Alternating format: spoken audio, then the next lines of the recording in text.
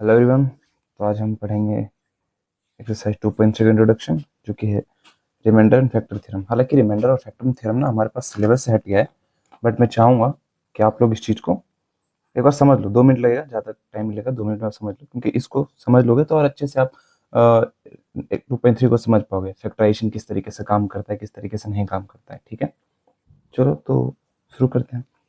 Remainder theorem समझने से पहले ना आपने फिफ्थ क्लास में एक चीज़ पढ़ी होगी, जिसे हम पहले हमारे पास था, जिसे यूक्लिड्स डिवीजन एल्गोरिथम कहते थे। हैवी वर्ड लग रहा है, नहीं समझ आया तो चिंता मत करो, बहुत ईजी।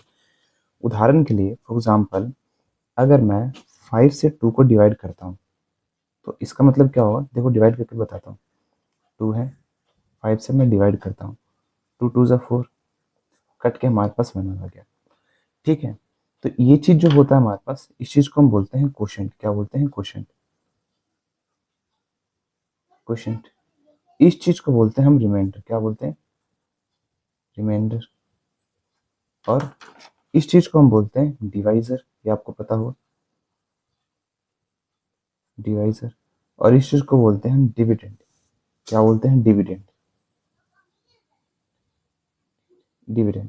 और डिवाइड सही है या नहीं, छोटी क्लासेस में ना हमें ये चीज बताई जाती है कि अगर आप जब डिवीजन बच्चों को सिखाते हैं तो ये चीज हम बताते हैं कि डिवाइड सही है या नहीं, हम उसको चेक कैसे करते हैं। तो जो हमारे पास डिविडेंड होता है, डिविडेंड होता है वो बराबर होता है quotient, quotient into divisor, divisor plus remainder के। ठीक है, दूसरे शब्दों में A equal to B Q plus R. हम ऐसे भी इस चीज को करते हैं, A equal to B Q plus R, जहाँ पे ए हमारे पास डिविडेंड हो जाता है। ए क्या हो जाता है? डिविडेंड हो जाता है। बी हमारे पास कोसेंट हो जाता है, सॉरी बी हमारे पास डिवाइजर हो जाता है, डिवाइजर। और क्यू हमारे पास कोशेंट हो जाता है, और आर हमारे पास रिमाइंडर हो जाता है। चलो, एक और बात, जब हम डिवाइड कर रहे होते हैं किसी नंबर को, और वो पूर्ण रूप से अगर डिवाइड कर दें तो उसका फैक्टर भी होता है। उदाहरण के लिए फॉर एग्जांपल 12 है। 12 को 12 के जो फैक्टर होते हैं वो होते हैं 4, 3, 2, 6। ये 12 के, और 12 खुद भी, और 1, ये 12 के फैक्टर होते हैं। मतलब कि अगर आप 4 से 12 को डिवाइड करोगे तो पूरा पूरा डिवाइड हो जाएगा, रिमाइंडर आपके पास जीरो बचेगा। 4 3 12, हमारे पास जीरो है ना, पूरा का पूरा आ गया। 4 3 12, रिमाइंडर बचा जीरो। यही रिमाइंडर थ्योरम और फैक्टर थ्योरम भी है। तो रिमाइंडर थ्योरम और फैक्टर थ्योरम एक्चुअली में क्या है? वो है एक पॉलिनोमियल है हमारे पास पी एक्स। ठीक है, उसको किसी डिवाइजर से अगर हम डिवाइड करते हैं तो हमारे पास, और उसका जो क्वोशंट होता है क्यू एक्स होगा, रिमाइंडर आर एक्स होगा। तो हम ऐसा एज्यूम कर लेते हैं कि उसको हम किसी पॉलिनोमियल, ठीक है, तो हमारे पास, एक मिनट, मान लेते हैं इसको जी एक्स से डिवाइड करते हैं, और इसका जो क्वोशंट आता है वो आता है क्यू एक्स, और रिमाइंडर आता है आर एक्स। मान लेते हैं पॉलिनोमियल, जैसे मान लो एक्स क्यूब है, प्लस 3x² है, प्लस 2x है। ये पूरा ना लिखने के बजाय मैं पी एक्स लिख रहा हूँ। ठीक है, और मान लो इसको मैं डिवाइड कर लेता हूँ, late it B x plus 1 से मैं इसे डिवाइड करता हूँ, या एक्स स्क्वायर प्लस 1 से डिवाइड करता हूँ। तो ये पूरा ना लिखने के बजाय सिर्फ मैं जी एक्स लिखता हूँ। डिवाइड करके, डिवाइड करना नहीं आता हो तो मैं सिखा दूंगा अभी। मान लेते हैं डिवाइड करके एक्स प्लस 2 आ रहा है, मुझे नहीं पता क्या आएगा, बट मान लेते हैं एक्स प्लस 2 आ रहा है। अगर इसको इससे डिवाइड करता हूँ तो हमारे पास क्यू एक्स आ गया, और कुछ रिमाइंडर बचेगा, उसको आर एक्स, मान लो 2 रिमाइंडर बच जाता है, तो यहाँ पे वो हो गया। तो ये तो सिंपल वही बात है ना, जो ये कॉन्सेप्ट लग रहा था हमारे पास, सेम यही वाला। क्या? A equal to B Q plus R, dividend equal to divisor into quotient plus remainder. Simple logic है, इसमें कोई रेफरेंस है। यही कहता है हमारे पास रिमाइंडर थ्योरम, बस इतना सही है रिमाइंडर थ्योरम, जो कि ऑब्वियस है, लॉजिकल है, और हम बचपन से ये चीज पढ़ते आ रहे हैं। सवाल है फैक्टर थ्योरम क्या कहता है। अब हम आते हैं फैक्टर थ्योरम पे। अब हम आते हैं फैक्टर थ्योरम पे। फैक्टर थ्योरम कहता है कि अगर कोई पॉलिनोमियल है पी एक्स, और उसका एक फैक्टर है, उसका एक फैक्टर है जो कि है एक्स माइनस है ना, x minus x plus related भी कोई भी उसका एक फैक्टर है। तो अगर उस पॉलिनोमियल में आप ये रख दोगे, एक्स इक्वल टू ए रख दोगे, या उस पॉलिनोमियल का पी ए निकालोगे, तो आंसर हो जाएगा जीरो। ठीक है, आंसर हो जाएगा उस पॉलिनोमियल का जीरो। ठीक है, यही इतना सही है फैक्टर थ्योरम। कि अगर कोई लेट इट भी हमारे पास, जायज़ बात है ना, अगर कोई हमारे पास फैक्टर है, ठीक है, इसका कोई फैक्टर का मतलब होता है मल्टीप्लाई। फॉर एग्जाम्पल 12 है, इसको मैं क्या लिख सकता हूँ, इसको मैं लिख सकता हूँ 4 × 3, ठीक है। अगर इसका फैक्टर है और उस पॉलिनोमियल में आप उसकी वैल्यू पुट कर देते हो, तो आंसर हमारे पास पी 0 आ जाएगा, ठीक है। इतना सही है फैक्टर थ्योरम भी, सिंपल सा। और जैसे जैसे हम क्वेश्चन करेंगे तो और अच्छे से ये चीज़ हमें समझ आ जाएगी, ठीक है। बस, तो बढ़ते हैं, कुछ क्वेश्चंस करते हैं। हमारे पास यही चीज़ कहता था। आप ये भी कह सकते हो, आप ये भी कह सकते हो, अगर जैसे पी एक्स है हमारे पास, let it be P A, अगर 0 आ रहा है तो x माइनस ए उसका एक फैक्टर जरूर होगा, तभी 0 आ रहा है, ठीक है। अगर मान लो x माइनस ए को आपने डिवाइड किया है किसी पॉलिनोमियल से, जो कि पॉलिनोमियल है, मान लेते हैं हम पॉलिनोमियल है पी एक्स, डिवाइड करने पर आंसर रिमाइंडर क्या आ जाता है, 0। तो x माइनस हमारे पास क्या होगा, ए, इसका एक फैक्टर है। फैक्टर है मतलब क्या होगा, अब देखो ये फैक्टर 0 कब होगा, ये समझो, ये फैक्टर है हमारे पास, ये फैक्टर 0 कब होगा, x minus a equal to 0 से इक्वेट कर देंगे, x equal to plus, x equal to हमारे पास क्या आ जाएगा, x equal to plus a. जब फैक्टर हमारे पास x equal to plus a, factor 0 कब होगा, जब x इक्वल टू ए आएगा। तो जाहिर सी बात है, जिसको हम पी एक्स भी हमारे पास तभी 0 होगा ना जब x इक्वल टू ए होगा। नहीं समझ आया, देखो, फैक्टर का मतलब होता है उसको मल्टीप्लाई के फॉर्म में लिख सकता हूँ, मतलब इसका रिमाइंडर अगर डिवाइड हो रहा है तो रिमाइंडर 0 होगा, मतलब मैं x माइनस ए इंटू पी एक्स लिख सकता हूँ।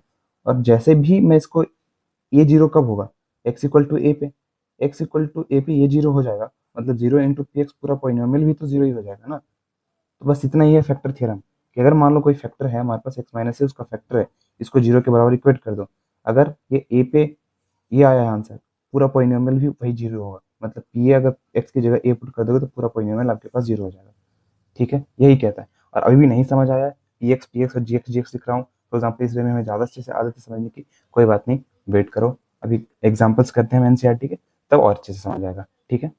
तो अब हम बढ़ते हैं एनसीईआरटी के एग्जाम्पल से कुछ क्वेश्चन करते हैं, ठीक है, तभी चीज़ समझ आ जाएगी। तो हमारे पास नेक्स्ट क्वेश्चन है, examine whether x plus two is a factor of इतना, इसका फैक्टर है नहीं, है या नहीं, और ये भी इसका फैक्टर है नहीं, तो हम क्या करेंगे, पहले हम करेंगे x प्लस टू को चेक करते हैं, फैक्टर है या नहीं, तो x plus two equal to 0 के बराबर पुट कर लेंगे, x इक्वल टू मेरे पास -2 आएगा। मतलब अगर मैं जो पॉलिनोमियल दे रखा है वहाँ पे x की जगह, इसको चेक करना है, हमें हमारे पास क्या है, हमें तो इसे चेक करना है ना। अगर मैं इसकी जगह x की जगह -2 पुट कर दूँ और 0 आ जाए तो फैक्टर होगा, वरना फैक्टर नहीं होगा, देखते हैं। तो -2 का क्यूब प्लस 3 इंटू -2 का whole square plus 5 into -2 plus 6, -2 का क्यूब 2 इंटू 2 3 बार -8 आएगा, ठीक है, प्लस 3 इंटू -2 का स्क्वायर मतलब 3 इंटू 4 होगा हमारे पास, प्लस 5 इंटू -2 मतलब -10 होगा, प्लस 6, दूसरे शब्दों में होगा -8, 4 3 +12, -10 प्लस 6 कितना होगा, -4, ठीक है, -4 -8 -12 होगा, तो -12 प्लस 12, हाँ 0 आ गया, मतलब हाँ x plus two is a factor of this, yes x plus to एक फैक्टर होगा। उसी प्रकार से बढ़ते हैं नेक्स्ट क्वेश्चन की तरफ। नेक्स्ट क्वेश्चन है हमारे पास ये वाला, 2x प्लस 4, तो 2x प्लस 4 को 0 से इक्वेट करेंगे, तो यहाँ पे x हमारे पास कितना आएगा, हमारे पास x आएगा 2x इक्वल टू -4, और 2 वन 2, 2 2 4, यानी कि x आ जाएगा मेरे पास -2। तो हमें किस पे चेक करना है, x इक्वल टू -2 पे चेक करना है, तो -2 का क्यूब, ठीक है, प्लस 3 इंटू -2 का whole square plus 5 into -2 plus 6, ठीक है। अब ना ये आपको पता होना चाहिए, उदाहरण के लिए अगर ये पता हो, अगर किसी बच्चों को यहाँ पे कंफ्यूजन है, -2 इंटू -2 इंटू -2, देखो -2 मल्टीप्लाई होगा, दो माइनस का मल्टीप्लाई होता है आंसर प्लस में आता है, +4 इंटू -2, एक प्लस का और एक माइनस का मल्टीप्लाई होता है तो आंसर माइनस में आता है, करते मल्टीप्लाई ही है बट आंसर माइनस में आएगा। जब साइन सेम होता है तो आंसर प्लस में आता है, जो कि प्लस में आया, जब साइन डिफरेंट होता है तो आंसर माइनस में आता है, ये रूल मैंने बता रखा है, ठीक है। तो हमारे पास इसलिए आता है -8, तो यहाँ पे जाएगा -8, ठीक है। एक मिनट, यहाँ पर तो दोनों हमारे पास सेम ही है ना, हमारे पास सेम ही आया है, तो हाँ यहाँ भी 0, सेम ही आंसर आएगा, 3 डॉट -2 का होल स्क्वायर, ठीक है, -10 + 6, तो हाँ, तो सेम आंसर जैसे यहाँ पे आया था 0 ही आ जाएगा पूरा पॉइंट, क्योंकि x इक्वल टू -2 है और x इक्वल टू -2 है, तो हाँ x + 2 और 2x + 4 दोनों ही इसके फैक्टर होंगे। यही है रिमाइंडर फैक्टर थ्योरम की बात। चीज़ें आसानी से सॉल्व हो जाती है हमारे पास। ठीक है, अब हमें क्या करना है, कुछ इस तरीके का क्वेश्चन आएगा, find the value of k, हमें k की वैल्यू निकालना है जब x - a, जब हमारे पास है x - a इस पोलिनोमियल का फैक्टर होगा, तो हम क्या पुट करेंगे, x - 1 अगर फैक्टर है तो 0 पुट करेंगे, x इक्वल टू +1 आएगा। अब मेरे को पास पता है पोलिनोमियल है, पोलिनोमियल में अगर 1 पुट कर दूंगा तो आंसर 0 आ जाएगा। तो अगर, क्योंकि फिर हमें k की वैल्यू निकालनी है, 4 × 1 का स्क्वायर प्लस 3 × 1 का square minus 4 × 1 plus k equal to 0। ये हो गया कि बोला, ये आपको बोल दिया फैक्टर है, मतलब 1 रख दूंगा तो आंसर 0 आ जाएगा, तो आप k की वैल्यू निकाल पाओगे। अगर ये बोला नहीं होता, फैक्टर होता, तो हम कुछ कह नहीं सकते थे। ठीक है, 4 × 1, 1 का स्क्वायर 1 ही होता है, 4 × 1 4 ही होगा, प्लस 3 × 1 का स्क्वायर 1 ही होता है, 3 × 1 3 होगा, माइनस 4 × 1 -4 होगा, प्लस k इक्वल टू 0, +4 -4 हो गया हमारे पास, 3 + k equal to 0, k equal to मेरे पास -3 आ गया। ये हमारे पास करेक्ट आंसर आ गया इसका। ठीक है, k की वैल्यू कितनी होगी, -3। अब अगले एग्जाम्पल के क्वेश्चंस करते हैं हमारे पास। ठीक है, अब हमारे पास ये factorise 6x² + 17x + 5 by splitting middle term and by using factor theorem। ठीक है, फैक्टर थ्योरम का तो हम देख लेंगे, मैं समझा दूंगा। मिडिल टर्म इंपॉर्टेंट है, क्योंकि इससे क्वेश्चन इजीली सॉल्व होता है, तो ज्यादा इंपॉर्टेंट यही है। तो देखो, अब फैक्टर थ्योरम से हमारे पास देखो दो रूल है, दो रूल बताऊंगा, दो रूल याद रखना। कोई सा भी क्वेश्चन क्वाड्रेटिक क्वेश्चन का फैक्टराइज हो जाएगा, अगर हो सकता है तो, क्योंकि सारे क्वाड्रेटिक क्वेश्चन को आप फैक्टराइज कर दो, ऐसा संभव भी नहीं है। तो पहला चीज है, आपको x² का कोएफिशिएंट और कांस्टेंट टर्म को आपको मल्टीप्लाई करना है। तो यहाँ पे x² का कोएफिशिएंट कितना है, 6, और कांस्टेंट टर्म कितना है, 5। इन दोनों को मल्टीप्लाई करो, आंसर है 30। 30 को, अब देखो हमारे पास क्या है, हमारे पास है 6x² + 17x + 5। मतलब अब आपको करना क्या है कि, तो हमें यही करना है। अब 17 को जो बीच वाला टर्म होगा, इसको इसलिए बोलते हैं इसको मिडिल टर्म स्प्लिट, मतलब बीच वाले टर्म को तोड़ दिया। बीच वाले टर्म को आपको तोड़ के कुछ नए नंबरों के फॉर्म में लिखना है, जो कि है, मान लेते हैं a और b है, कुछ भी हो सकता है, जैसे 10 + 7 हो गया, है ना, 12 + 5 हो गया। ठीक है, मतलब ये होना चाहिए कि उन दोनों नंबरों को प्लस करने पर तो जो है वही है ना, आप ऐसा थोड़ी है कि 17 को तोड़ के कुछ और लिख दोगे आप, मतलब तोड़ के आप वही बना रहना चाहिए, 17 ही। अब चाहे उन्हें प्लस करो या माइनस, साथ में जब इन दोनों नंबरों को मल्टीप्लाई करो तो वो इसके बराबर आना चाहिए 30 के, मतलब x² के कोएफिशिएंट और कांस्टेंट टर्म के मल्टीप्लिकेशन के बराबर आने चाहिए। फिर से a और b को मल्टीप्लाई कर दूं तो आना चाहिए 30, जो कि x² का कोएफिशिएंट और कांस्टेंट टर्म का मल्टीप्लिकेशन है, और a और b को प्लस कर दूं तो हमारे पास क्या आना चाहिए, 17 ही आना चाहिए। प्लस और माइनस भी कर सकते हो, जो आपकी मर्जी है, जो दोनों कंडीशन को सेटिस्फाई कर रहा है उस पर हमें ध्यान देना होगा। ठीक है, तो अब ऐसा नंबर सोचो कि प्लस माइनस करने पर तो जिन्हें हमारे पास 17 आ जाए, बट उन दोनों को मल्टीप्लाई कर दो तो आंसर हमारे पास 30 आ जाए। तो वो नंबर आपको मिलेगा कैसे, जनरली जो 30 के फैक्टर्स होते हैं ना, आम वही वही नंबर्स होते हैं, तो इसको डिवाइड करो 15। ठीक है, दूसरा मेरे पास क्या आएगा, 3 × 3 3 5 15 और 5 1 5। तो इसका फैक्ट आंसर क्या है, या तो आंसर होगा 2 या 3 या 5 या 3 2 6। ठीक है, और 2 5 10 या 5 3 15। यही आंसर कुछ होगा, आप सोचो, दिखा आपको। अब मेरे को इजीली वो दिख गया, क्योंकि मैंने क्वेश्चन को सॉल्व कर, मैंने बहुत क्वेश्चन कर सॉल्व कर रखा है, इसलिए मुझे पता है। आपको इजीली नहीं मिल सकता, क्योंकि आपके लिए क्वालिटी क्वेश्चन नया नया है। अब देखो 15 और 2, इन दो नंबरों को अगर मैं मल्टीप्लाई कर दूं तो आ जाएगा 30, और प्लस कर दूं तो आ जाएगा 17, जो कि हमारे पास ट्रू हो गया यहाँ पे। तो मतलब मैं क्या कर सकता हूँ, इसको लिख सकता हूँ, यहाँ पे थोड़ा ये पिंक पिंक आ गया ना, तो यहाँ पे लिखना सही नहीं है, मैं यहाँ पे करता हूँ क्वेश्चन को, 6x² + 15x + 2x + 5। ठीक है, ये हो गया। अब बारी आती है इसके बाद कॉमन लेने की। ठीक है, आप खुद सोचो इन दो नंबरों में क्या चीज़ है जो सेम है, क्या चीज़ है जो कॉमन है। मैं यहाँ पे कॉमन लेता हूँ, अगर नहीं समझ आएगा, मुझे पता है तो मैं नहीं समझ आएगा, तो एक बार और यहाँ पे समझाऊंगा, तो अभी यहीं पे बने रहो, ध्यान देना। इन दोनों में कॉमन है 3x, तो मैं 3x दोनों से कॉमन ले लूंगा। जब 3x कॉमन लूंगा तो यहाँ आएगा 2x और यहाँ आ जाएगा 5। अब इन दोनों में क्या कुछ भी कॉमन नहीं है, सिर्फ 1 कॉमन है, तो यहाँ पे मैं +1 कॉमन लूँगा। तो यहाँ कॉमन मतलब उस नंबर चीज़ से आप वो चीज़ छीन रहे हो, तो यहाँ पे 2x/1 में लिख ही सकता हूँ, मैं 5/1 लिख ही सकता हूँ। तो यहाँ पे अगर 2x + 5। अब किसी किसी को समझ नहीं आया हो कॉमन लेने की कहानी, जो कि नॉर्मल है, बच्चों को समझ नहीं आती है, हैरानी होने वाली बात नहीं। तो यहाँ से देख लो 6x² है, मैं 6x² को लिख सकता हूँ 3x/2x है ना, x/x x², 3 × 2 6x हो जाएगा। साथ में मैं 15 को लिख सकता हूँ 3x/5, 5 × 3 = 15।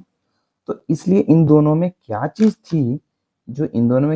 थी, जो कॉमन थी, 3x कॉमन है ना, इस तरीके से हम कॉमन निकालते हैं, और जो कॉमन होता है उसे हम बाहर छीन लेते हैं, उसे हम बाहर कर देते हैं ग्रुप से। तो क्या बच गया, सिर्फ बच गया 2x और बच गया सिर्फ 5। तो इसलिए यहाँ पे बच गया 2x, यहाँ बच गया 5। इन दोनों में कुछ भी ऐसा कॉमन नहीं था, सिर्फ 1, क्योंकि 1 तो सबके साथ होता है, तो यहाँ पे सिर्फ 1 था, तो हमने क्या कॉमन लिया, सिर्फ 1। अब फिर से देखो यहाँ पर क्या चीज कॉमन है, 2x इसमें भी, 2x इसमें भी, तो हम इसको फिर से ऐसे पकड़ के बाहर ले जाएंगे, इसको पकड़ के बाहर ले जाएंगे। तो यहाँ पे आएगा 2x + 5, इसे बाहर ले जाएंगे तो यहाँ बचेगा सिर्फ 3x, इसे बाहर ले जाएंगे तो यहाँ बचेगा 1। ये हो गया आंसर, यही फैक्टराइज होके यहीं पे तक हमारे पास आंसर हो जाएगा। 10th क्लास में आपको इसको जीरोस भी निकालना होगा, तो खैर वो तो नहीं निकालना है, एक स्टेप का मेथड है, बट वो मैं बताने के टाइम वेस्ट नहीं करूंगा, सिर्फ फैक्टराइजेशन तक के हमें सीमित रखना है। ठीक है, अब बढ़ते हैं नेक्स्ट क्वेश्चन की तरफ और उसके फैक्टराइजेशन के बारे में बात करते हैं। ठीक है, क्वेश्चन 14th। ठीक है, अब हमारे पास है फैक्टराइज। नेक्स्ट क्वेश्चन हमारे पास एक और क्वेश्चन करते हैं, जाहिर सी बात जितने ज़्यादा हम क्वेश्चन करेंगे हम उतने अच्छे से कर पाएंगे। सेम वही रूल, x² का कोएफिशिएंट और कांस्टेंट टर्म को मल्टीप्लाई करना है। x² का कोएफिशिएंट हमारे पास 1 और कांस्टेंट टर्म यहाँ पे 6, इनको मल्टीप्लाई किया 6। हमारे पास है y² - 5y + 6, मतलब क्या, 5y को तोड़ के नए नंबर के फॉर्म में लिखना है, जो कि है a और b। क्या कि प्लस माइनस करने पर तो मेरे पास हमारे पास 5 ही बना रहे, बट इन दोनों को मल्टीप्लाई कर दूं तो 6 के बराबर आ जाए। आंसर क्या होगा, जाहिर सी बात है इसके फैक्टर्स में ही मिलेगा, जो इस ये जो 6 होते हैं ना, इनके फैक्टर में ही मिलेगा। तो इनके फैक्टर है 2, 3, 6 और 1। सोचो कौन सा नंबर है वो। तो हमारे पास है, मुझे मिल गई इसलिए y² माइनस, हमारे पास क्या होगा, अब यहाँ पे माइनस है तो आंसर ध्यान रखना माइनस में ही आना चाहिए, -6y + y। अगर हमारे पास यहाँ +5y होता तो ये प्लस हो जाता है, ये माइनस होता है, इस चीज़ का ध्यान रखना। इन दोनों में क्या चीज़ जो कॉमन है, सिर्फ y है, उसके अलावा कुछ भी कॉमन नहीं है। तो y हम यहाँ से कॉमन लेंगे, एक y चला जाएगा, एक y बचेगा, 6 में से y को छीन लेंगे, सिर्फ 6 ही बचेगा। ठीक है, चलो ये हो गया हमारे पास। एक मिनट, एक और बात यहाँ पे मैंने एक बताता हूँ, पहले लिखता हूँ, फिर इन दोनों में क्या कॉमन है, 1 + 1 y + 6। अब देखो यहाँ पर ना ये चीज कॉमन नहीं आ रही है, तो थर्ड रूल ध्यान रखना है। थर्ड रूल हमारे पास ये है, जब आप उन दोनों नंबरों को कॉमन लो कि जो जैसे मैंने चुना था वो नंबर 6 और 1 होगा। ठीक है, तो 6 और 1 नहीं होगा, क्योंकि यहाँ पर लेने पर यहाँ पर ये सेम नहीं है, यहाँ पर ये भी सेम होना चाहिए, क्योंकि यहाँ पे फिर से आपको कॉमन लेना पड़ेगा। अब जब यहाँ पे कॉमन ही नहीं ले पाओगे तो फैक्टराइजेशन हुआ कैसे, मतलब कि 6 और 1 जो मैंने सोचा था वो गलत था। आंसर है 2 और 3, 2 × 3 = 6, 2 + 5। तो आपको थर्ड रूल भी देखना है, पहला रूल तो ये है, सेकंड रूल ये है, थर्ड रूल ये कहता है कि जब आप सेकंड स्टेज में कॉमन लो तो ये वाला टर्म दोनों में सेम होना चाहिए, नहीं है तो 2 नंबर आप जो चुने वो गलत है। तो हमारे पास ये नंबर गलत चुन लिया हमने, गलती हुई है, और गलतियां सही तो हम सीखते हैं। हमारे पास होगा -3y - 2y + 6। ठीक है, माइनस माइनस हमारे पास प्लस हो जाएगा। अब इन दोनों में क्या चीज़ जो कॉमन है, सिर्फ y कॉमन है, y को कॉमन लेते हैं। अब y को यहाँ से कॉमन लेंगे तो यहाँ बचेगा -3। ठीक है, और यहाँ पे हम क्या कॉमन लेंगे, हम कॉमन लेंगे +2, +2 कॉमन लेते हैं, सिर्फ 2 कॉमन लेते हैं, तो यहाँ बचेगा हमारे पास y -y, और हमारे पास यहाँ बचेगा +3। अब फिर से गड़बड़ हो गई, क्यों, क्योंकि यार हमने 2 कॉमन लिया, तो यहाँ पे तो फिर से y यहाँ पॉजिटिव है, यहाँ पे y नेगेटिव है ना, फिर से सेम तो नहीं है। तो ध्यान रखना, ये गलतियाँ मैं इसलिए कर रहा हूँ कि तो आप लोगों को आ जाए। अब ये तो स्टेप्स गलत हो गया, तो ध्यान रखना अब हम क्या करेंगे, तो इसको करेक्ट करने के लिए क्या करेंगे, तो सिर्फ साइन की दिक्कत, बाकी सब तो सेम है, सिर्फ साइन की दिक्कत है ना। तो देखो हम +2 की जगह कॉमन लेंगे -2, ध्यान रखना -2 कॉमन लेते हैं तो साइन पलट जाता है, माइनस वाला प्लस हो जाता है, प्लस वाला माइनस हो जाता है। ठीक है, साइन आपको पलट देना है, जब माइनस का, कभी भी आप माइनस का कोई किसी से कॉमन लेते हो तो साइन आपको पलट देना है। ये चीज सही है क्या गलत, इसे मल्टीप्लाई करके देख लो। फॉर एग्जाम्पल -2y-3, जब इसे मल्टीप्लाई करोगे तो वही आपको मिलेगा जो आपको पहले था, तो आपने कुछ गलत नहीं किया है। ठीक है, आपको वही मिलेगा जो पहले था, आपको यही मिलेगा, तो करके देख लो। -2 × y, -2y, और दो माइनस के मल्टीप्लाई होते हैं, -2 × -3, आपको पता है प्लस में आंसर होता है, तो एग्जैक्टली यही मिला, तो हमने जो चीजें की है वो सही है। अब देखो y-3 यहाँ भी कॉमन है, y-3 यहाँ पे कॉमन है, तो y-3 आप यहाँ से कॉमन ले लोगे, यहाँ बचेगा y, यहाँ बचेगा -2, बस ये हमारे पास फैक्टराइज हो गया। तो ध्यान रखना गलतियां भी जरूरी है ताकि आप चीजों को सीख सको। ठीक है, चलो बढ़ते हैं नेक्स्ट क्वेश्चन की तरफ। देखो, रही बात किसी क्यूबिक इक्वेशन के फैक्टराइजेशन की, तो हमेशा याद रखना जो क्यूबिक इक्वेशन का आपके पास कोई भी क्वेश्चन देगा वो बहुत इजी होगा। देखो हम जो क्वाड्रेटिक इक्वेशन सीखते हैं ना, क्वाड्रेटिक इक्वेशन के जो सॉल्यूशंस हम निकालते हैं वो किसी भी क्वाड्रेटिक इक्वेशन को के बारे में एप्लीकेबल होगा। जनरल हम बातें करते हैं ना, जनरल मतलब अगर जैसे कि आप हम क्वाड्रेटिक इक्वेशन को सॉल्व करते हैं क्लास 9th में या 10th में आप सीख जाते हो किसी भी क्वाड्रेटिक इक्वेशन को कैसे सॉल्व करते हैं। कॉम्प्लेक्स नंबर की कहानी आ जाती है तो 11th क्लास में पूरा सीख जाते हो। बट क्यूबिक इक्वेशन हमारे सिलेबस में पूरा नहीं है ना, आमतौर पे हमें सिंपल क्यूबिक इक्वेशन सीखने में, सिंपल। मान लो इस ये आ गया तो इतना समझ लेना कि आंसर आपसे इजीली हो जाएगा, आपको टफ नहीं देगा, क्योंकि फिर कॉलेज वगैरह में जाके हम पढ़ते हैं कि किसी भी जनरल क्यूबिक इक्वेशन को सॉल्व किस तरीके से। ठीक है, तो बहुत इजी वाले या सिंपल क्यूबिक इक्वेशन सॉल्व करने के लिए होगा। ध्यान रखना, तो हमें क्या करना है, हमारे पास यहाँ पे जो कांस्टेंट टर्म है इसे इसे ही देखना है। मतलब हम कांस्टेंट टर्म जो हमारे पास आएगा 120, उसको डिवाइड करेंगे एक्स क्यूब के जो कोएफिशिएंट होगा, एक्स क्यूब का कोएफिशिएंट क्या है, कुछ नहीं है तो 1, तो आंसर हमारे पास 120 होगा। तो 120 के जो फैक्टर्स होंगे उसका ये है हमारे पास कि 120 के जो फैक्टर्स होंगे उस उन फैक्टर में से एक इसका एक सोल्यूशन होगा। ठीक है, तो बताता हूँ इसको करते कैसे हैं। तो 120 क्या फैक्टर, प्राइम फैक्टर करो, 120 क्या सारे फैक्टर्स पता करो कितने होते हैं। एक होता है 2 1 2, 2 6 12 0, 2 3 6 0, 3 1 0 0, 5 2 10 और 2 1 2। तो अब देखो इसका तो आंसर एक हो सकता है 2, +2 भी हो सकता है और -2 भी हो सकता है, +-2। और क्या हो सकता है यहाँ पे, +-1 भी हो सकता है, प्लस माइनस यहाँ पे 3 भी हो सकता है, प्लस माइनस यहाँ पे 5 भी हो सकता है, प्लस माइनस यहाँ पे 5 2 10 भी हो सकता है, प्लस माइनस यहाँ पे 5 3 15 भी हो सकता है, प्लस माइनस यहाँ पे 6 भी हो सकता है, प्लस माइनस यहाँ पे 3 2 6 6 2 12, हाँ 12 भी हो सकता है, प्लस माइनस यहाँ पे मतलब जितने भी फैक्टर्स होंगे इसके सारे के सारे फैक्टर्स पॉसिबल हो सकते हैं। ठीक है, तो अब इतना तो हम चेक नहीं करेंगे, जाहिर सी बात है, ऑब्वियस सी बात है। शुरू में जो +1 +2 3 करके ना इतना चेक करोगे तो आंसर आ जाएगा। अब जाहिर सी बात है कि मैंने बोला कि जो कोई भी क्वेश्चन होगा इसको इसका जो फैक्टराइजेशन होगा काफी सिंपल होगा, इतना कॉम्प्लिकेटेड आपको देगा नहीं। ठीक है, तो बस जैसे +1 या -1 या +2 या -2 इसका एक फैक्टर होगा। तो एक काम करते हैं, हम p = +1 पे चेक कर लेते हैं आंसर क्या आ रहा है, नहीं तो हम -1 पे चेक करेंगे। तो हम एक बार p1 पे चेक कर लेते हैं आंसर कितना आता है। तो 1 का क्यूब -23 डॉट 1 का स्क्वायर प्लस 142 इंटू 1 -120। ठीक है, एक बार क्वेश्चन चेक कर लेता हूँ ये सही है। ओके ठीक है, तो हमारे पास कितना आएगा, 1 का क्यूब 1 ही होता है, -3 इंटू 123 होगा, प्लस 142 -120। ठीक है, अब हमारे पास 1 -23 -22 आएगा, 142 में -122 मेरे पास आ जाएगा, +22, और जाहिर सी बात है 0 आ गया। तो पहला सॉल्यूशन हमारे पास आ गया, x = 1 एक आंसर होगा। इसको इधर ले जाएंगे, मतलब x माइनस फैक्टर थ्री में ही तो कहता था ना, अगर x = 1 पे 0 आ रहा है तो x - 1 इसका एक फैक्टर होगा, मतलब इसका एक फैक्टर कितना होगा ये। अब इस पॉलिनोमियल को हम इससे डिवाइड करेंगे, मतलब कि जो x - 1 है इससे हम डिवाइड करेंगे। डिवाइड करना नहीं आता तो सीख लो भी, ये इंपॉर्टेंट है। x³ minus 23x² plus 142x minus 120। अब देखो आपको ना, अब सब सीखो कि डिवाइड कैसे करते हैं। तो डिवाइड हम कैसे सीखेंगे। अब देखो सबसे बड़ी पावर क्या है, उसको हटाना है, तो सबसे बड़ी पावर क्या है 3। तो x को किससे मल्टीप्लाई करूंगा कि x की पावर, सबसे पहले और कुछ नहीं देखना है, इसे ही देखना है। x यहाँ पर है, x को किससे मल्टीप्लाई करूंगा कि x क्यूब आ जाए, जाहिर सी बात है एक्स स्क्वायर से, एक्स स्क्वायर इंटू एक्स की पावर कुछ नहीं है तो 1 होता है, मल्टीप्लाई बेस सेम होता है तो आंसर हमारा पावर ऐड हो जाता है, तो हमारे पास कितना आ जाएगा एक्स की पावर 3। तो मैं इसको एक्स स्क्वायर से मल्टीप्लाई करूंगा। जब इसको एक्स स्क्वायर से एक्स स्क्वायर को इससे मल्टीप्लाई कर रहे हो तो इससे भी करना जरूरी है, तो मेरे पास आ जाएगा एक्स क्यूब, और जब एक्स स्क्वायर को -1 से मल्टीप्लाई करूंगा आएगा minus x square.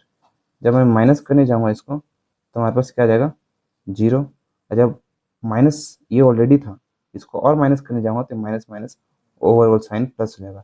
23 minus x क्या होगा, -22x² प्लस 142x -120। ठीक है, अब हमारे पास पावर सबसे बड़ी क्या है 2, तो सबसे बड़ा दुश्मन हमारे पास ये है, अब इसे हटाना है। तो अब x को किससे मल्टीप्लाई करूं कि -22x² होगा, जाहिर सी बात है माइनस सेम है, साइन पे जो माइनस में है तो माइनस में ही आना चाहिए, प्लस में है तो प्लस में ही आना चाहिए पहला वाला टर्म।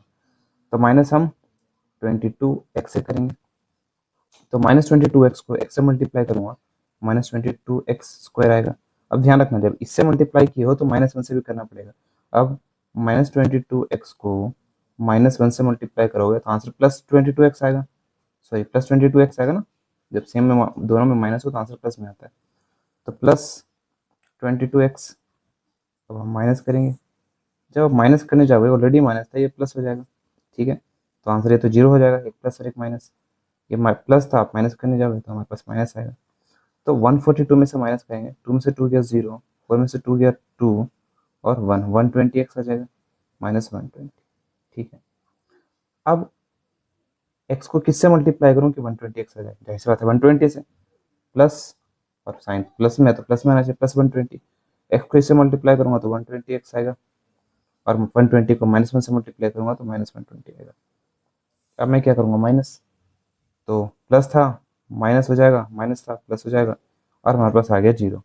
तो एक फैक्टर तो हमारे पास हमें पता चल गया x-1 था, दूसरा हमें इसको जब डिवाइड किया हूँ तो एक क्वाड्रेटिक क्वेश्चन मिलेगा। क्वाड्रेटिक क्वेश्चन को दो फैक्टर के रूप में लिख सकता हूँ, तो एक फैक्टर ये हो जाएगा, एक फैक्टर ये हो जाएगा। रिमाइंडर थ्योरम याद है ना, अब देखो रिमाइंडर आ गया 0, तो हमारे पास क्या है पी एक्स में, ये पॉलिनोमियल था पी एक्स हमें कैसे मिलेगा, P x equal to Q x, जो कि हमारे पास ये है, इंटू जी एक्स। ठीक है, तो एक फैक्टर तो हमारे पास x-1 है, दूसरा फैक्टर हमें क्या मिलेगा, इसको फैक्टराइज करके मिलेगा, क्वालिटी क्वेश्चन को फैक्टराइज करने के मिलेगा, तो हम क्या लिखेंगे, तो एक फैक्टर तो हमारे पास x-1 है, दूसरा फैक्टर मिलेगा इसको फैक्टराइज करके।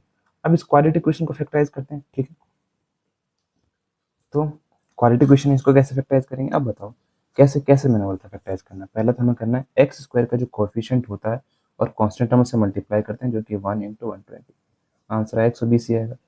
अब हम 22 को बीच वाले टर्म को प्लस माइनस करके कुछ ऐसे नंबरों के फॉर्म में लिखते हैं कि प्लस माइनस करने पर तो हमारे पास जो है -22x ही आए, बट ए और बी को मल्टीप्लाई कर दूं तो मेरे पास 120 के बराबर आ जाए।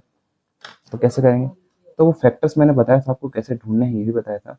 तो पहले आप इसके फैक्टर्स करो, 2 × 2 तो 6 × 12 0, 2 × 2 तो 3 × 6 0, 3 3 5 × 15, 5 3 × 15, सॉरी 3 1 × 0, 3 1 × 3 और 0, और 5 1 × 5, 5 2 × 10 आएगा। ठीक है, तो ये तो इसके फैक्टर्स क्या क्या हो सकते हैं, एक तो 2 हो सकते हैं, 2 × 2 4 हो सकते हैं, फिर 2 × 3 6 हो सकते हैं, 2 × 5 10 हो सकते हैं। ठीक है, 4 तो ऑलरेडी हो गया, और हमारे पास क्या हो सकता है, ये हो गया ना, 5 2 ज़ा, 5 3 ज़ा 15, और 5 को देखते हैं, 5 15 हो सकता है हमारे पास, 5 × 2 × 2 4 हो सकता है, 5 × 4 20 हो सकता है हमारे पास। ठीक है, और 30 हो सकता है, 60 हो सकता है, बट मेरे को आइडिया मिल गया कि वो फैक्टर क्या है। मैं आपको बताऊं कि आप कैसे अप्रोच करोगे, वो नंबर समझ नहीं आया तो जाहिर सी बात है 20 और 10 है, 20 और 10 को मैं मल्टीप्लाई करूंगा, नहीं नहीं 20 और 10 नहीं होगा, हमारे पास यहाँ -22x है ना, -22 आना चाहिए। ठीक है, तो और फैक्टर्स हम इसके देखते हैं, तो ये हो गया हमारे पास 5 3 ज़ा 5 4 ज़ा 20, 5 4 ज़ा 8 40 भी तो होगा एक आंसर, और हमारे पास 2 2 ज़ा 4, 4 3 ज़ा 12, और 4 टू ज़ 8 भी होगा इसका एक फैक्टर। और तो हाँ, अब मुझे इसलिए वो नंबर मिल गया। पता है वो नंबर क्या है? वो नंबर है 12 और 10। ठीक है, 12 और 10 को मैं ऐड करता हूँ तो 22 आ जाएगा, बट मल्टीप्लाई करता हूँ तो 120 आ जाएगा। तो इस तरीके से फॉर एग्जाम्पल यहाँ पे बड़ा नंबर था, छोटे नंबर में आपको इजिली दिख जाएगा। बस आपको हिम्मत बनाए रखना है, फैक्टराइज करके नंबर ढूंढते रहना, मिल जाएगा। ठीक है, वैसे मुझे पता था, मैंने वो मेहनत इसलिए की ताकि आप भी उस मेहनत को करना सीखो। मुझे तो पता था वो 12 × 10 होगा। ठीक है, बट आप मेहनत करना सीखो कि हम उस नंबर को अप्रोच कैसे करेंगे, ढूंढेंगे कैसे। दिख तरीका ये है। खैर, तो मैं लिख यहाँ पे इसको लिख सकता हूँ, एक्स स्क्वायर माइनस, हमारे पास क्या जाएगा, -12x माइनस 10x प्लस 120। जाहिर सी बात है। अब देखो हमारे पास इन दोनों में क्या चीज़ है जो इन दोनों में कॉमन है। इन दोनों में कॉमन है सिर्फ x, तो x कॉमन है। 2x है, एक x हटा दूंगा मैं, यहाँ से बचेगा x। यहाँ पे 12 में से एक है, एक x को हटा दूंगा, बचेगा -12। ठीक है, और यहाँ पे मैंने बताया था कि यहाँ पर जब मैं कॉमन लूंगा ना, यहाँ पे क्या है, 10 कॉमन है। दोनों में 10 कॉमन है। 10 कॉमन लूंगा तो ये वाला टर्म यहाँ पे पॉजिटिव में है, तो यहाँ भी पॉजिटिव होना चाहिए। तो मैं +10 नहीं, मैं -10 कॉमन लूंगा, ये भी समझना है थोड़ा। -10 कॉमन लेने में मतलब बताया था मैंने, साइन पलट जाता है, तो ये हो जाएगा प्लस वाला टर्म और ये हो जाएगा -12 वाला टर्म, है ना। यहाँ पे 120 12 इंटू में यहाँ पे क्या होगा, 12 × 10 लिख सकता हूँ ना, जब 10 को हटाऊंगा उससे बचेगा 12, तो भैया -12। ठीक है, अब यहाँ पे हमारे पास अगेन क्या चीज़ कॉमन है, x-12 यहाँ भी कॉमन है और x-12 यहाँ भी कॉमन है। अब मैं क्या करूँगा, x-12 को कॉमन ले लूँगा। x-12 को जब मैं कॉमन लूँगा तो यहाँ बचेगा x और यहाँ बच गया, यहाँ बचा x और यहाँ बचा -10। बस ये हो गया फैक्टराइज। तो कुछ नहीं करना है, क्यूबिक इक्वेशन का फैक्टराइज हो गया। अच्छा, हमें तो क्यूबिक इक्वेशन का फैक्टराइज करना था ना, तो इसका एक फैक्टर तो हमारे पास ये रहा, बाकी दो फैक्टर हैं। x दिख रहा है, x दिख रहा है, x-12 और x-10। ये इस क्यूबिक इक्वेशन को फैक्टराइज करने का तरीका है। तो समझ आ गया किसी भी क्यूबिक इक्वेशन को कैसे फैक्टराइज करेंगे। पहले तो देखो, जो आपको एग्जाम में दिया जाएगा आंसर क्यूबिक इक्वेशन का काफ़ी सिंपल होगा। हिट एंड ट्रायल मेथड से आपको करना है। तो आपको जो कोफिशिएंट है उसको देख लेना है, सॉरी, को जो कांस्टेंट टर्म है उसको एक्स क्यूब के कोफिशिएंट से डिवाइड कर लेना है। उसके जो फैक्टर्स होंगे उन फैक्टर में से किसी को देख के रखना है किस पे जीरो आ रहा है। जिस पे जीरो आए, x=1 पे फॉर एग्जांपल जीरो आ रहा है, तो x-1 उसका एक फैक्टर, तब उसका आपको एक फैक्टर पता चलेगा। उसको उससे आपको डिवाइड करना है क्यूबिक पॉलिनोमियल को। क्यूबिक पॉलिनोमियल को जब डिवाइड करोगे तो आपको एक क्वाड्रेटिक इक्वेशन मिलेगा। इस क्वाड्रेटिक इक्वेशन के दो नए फैक्टर्स, इसको फैक्टराइज करोगे तो आपको जो फैक्टर मिलेगा, जैसे कि हमारे पास यहाँ पे ये मिला है, वो उसके दो फैक्टर होंगे। तो जाहिर सी बात है, एक फैक्टर हमारे पास ये रहा और बाकी एक फैक्टर ये रहा। ठीक है, तो इस तरीके से फैक्टराइज करना है। आई होप चीज़ें आपको बिल्कुल क्लियर हुई हो यार। सिंपल से दो चीज़ें हैं। हमने क्या पढ़ा, रिमाइंडर थ्योरम पढ़ा। रिमाइंडर थ्योरम क्या है, अगर किसी पॉलिनोमियल, कोई पॉलिनोमियल पी एक्स है, उसको किसी पॉलिनोमियल जी एक्स से डिवाइड करते हो तो क्यू एक्स जो आएगा, जो हमारे पास क्यू एक्स आएगा क्वेश्चन प्लस आर एक्स जो रिमाइंडर होगा ये होगा। ये हमारे पास रिमाइंडर थ्योरम कहता है। फैक्टर थ्योरम क्या क्या कहता है, अगर पी ए इक्वल टू हमारे पास जीरो आ जाता है, ठीक है, तो x-a हमारे पास उसका एक फैक्टर होगा। अब x-a किसी पॉलिनोमियल पी एक्स का फैक्टर होता है, तो जाहिर सी बात है, इस मतलब पी एक्स हमारे पास आंसर फैक्टर का मतलब ये है, फॉर एग्जाम्पल 12 हमारे पास ये है ना फैक्टर, तो 4 × 3 40 का फैक्टर, मतलब 4 को किसी नंबर से मल्टीप्लाई करके 12 लिया जा सकता है। उसी प्रकार से x-a जब कोई फैक्टर है तो x-a को किसी मान लो क्यू एक्स से मल्टीप्लाई करने पर हमारे पास ये आ सकता है। ठीक है, क्यू एक्स से मल्टीप्लाई करके हमारे पास पी एक्स आ जाएगा। अब जाहिर सी बात है, जब ये इसका फैक्टर होगा और एक्स इक्वल टू ए पे हमारे पास पूरा पॉलिनोमियल जीरो आ जाएगा। मतलब ये हुआ ये कहने का कि अगर जहाँ जहाँ एक्स है वहाँ वहाँ ए रख दो, पी ए रख दो, तो आंसर हमारे पास जीरो आएगा। अगर जीरो आ गया है तो वो उसका फैक्टर होगा। ठीक है, बस यही फैक्टर थ्योरम कहता है। रिमाइंडर थ्योरम ये, फैक्टर थ्योरम ये कहता है। क्यों कहता है, क्यों जीरो आएगा, पी ए रखने पर जीरो ही क्यों आ जाएगा, तभी हम क्यों कहेंगे कि ये इसका फैक्टर है, वो मैंने समझा दिया। क्योंकि फैक्टर है, तो जैसे 4 12 का फैक्टर होता है, तो 4 को मल्टीप्लाई करके 3 से मल्टीप्लाई करके, मतलब 4 को किसी नंबर से मल्टीप्लाई करके 12 लिया जा सकता है। उसी प्रकार से अगर x-a फैक्टर है इसका, तो मल्टीप्लाई करके वो पी एक्स को प्राप्त किया जा सकता है। ठीक है, अब x-a फॉर एग्जाम्पल ये पूरा पॉलिनोमियल जीरो कब हो जाएगा, जब क्यू एक्स में से कोई एक टर्म जीरो हो जाएगा। क्यू एक्स या x-a जीरो हो जाएगा। और x जीरो कब होगा, जब x बराबर a हो जाएगा। ठीक है, जैसे ही x बराबर a जीरो हो गया, मेरे पास पूरा पॉलिनोमियल जीरो होगा। और ये कब जीरो हुआ मेरे पास, x-a पे। उसी प्रकार से मैं कह सकता हूँ कि पी ए अगर जीरो आ रहा है तो पॉलिनोमियल जो होगा हमारे पास वो उसका पॉलिनोमियल वो उसका फैक्टर होगा, और फैक्टर होगा तो जीरो भी होगा। ठीक है, आई होप ज़्यादा कॉम्प्लिकेटेड नहीं कर दिया, बस मैंने यहाँ पे समराइज़ करने की कोशिश की है। खैर अगर तुम्हें समझ भी नहीं आया हो ये, वैसे तो समझ आ जाना चाहिए, बट नहीं भी आया तो कोई बात नहीं, हमें क्वेश्चन करने से मतलब है। अगर आप इन क्वेश्चन को देखोगे जो बताया जा रहा है वही है। ठीक है, वो इस पे मत जाओ, ये आपको फैक्टर थ्योरम तो नहीं पूछेगा, बट मैंने समझाने के लिए समझा दिया यहाँ पे। इन केस अगर आपके माइंड में पी एक्स जी एक्स बार लिखना तो समझ नहीं भी आ रहा तो छोड़ दो। ठीक है, मिलते हैं किसी नेक्स्ट वीडियो में जब एक्सरसाइज के क्वेश्चन करेंगे, सोल्यूशन करेंगे। तब तक के लिए बाय बाय, सी यू।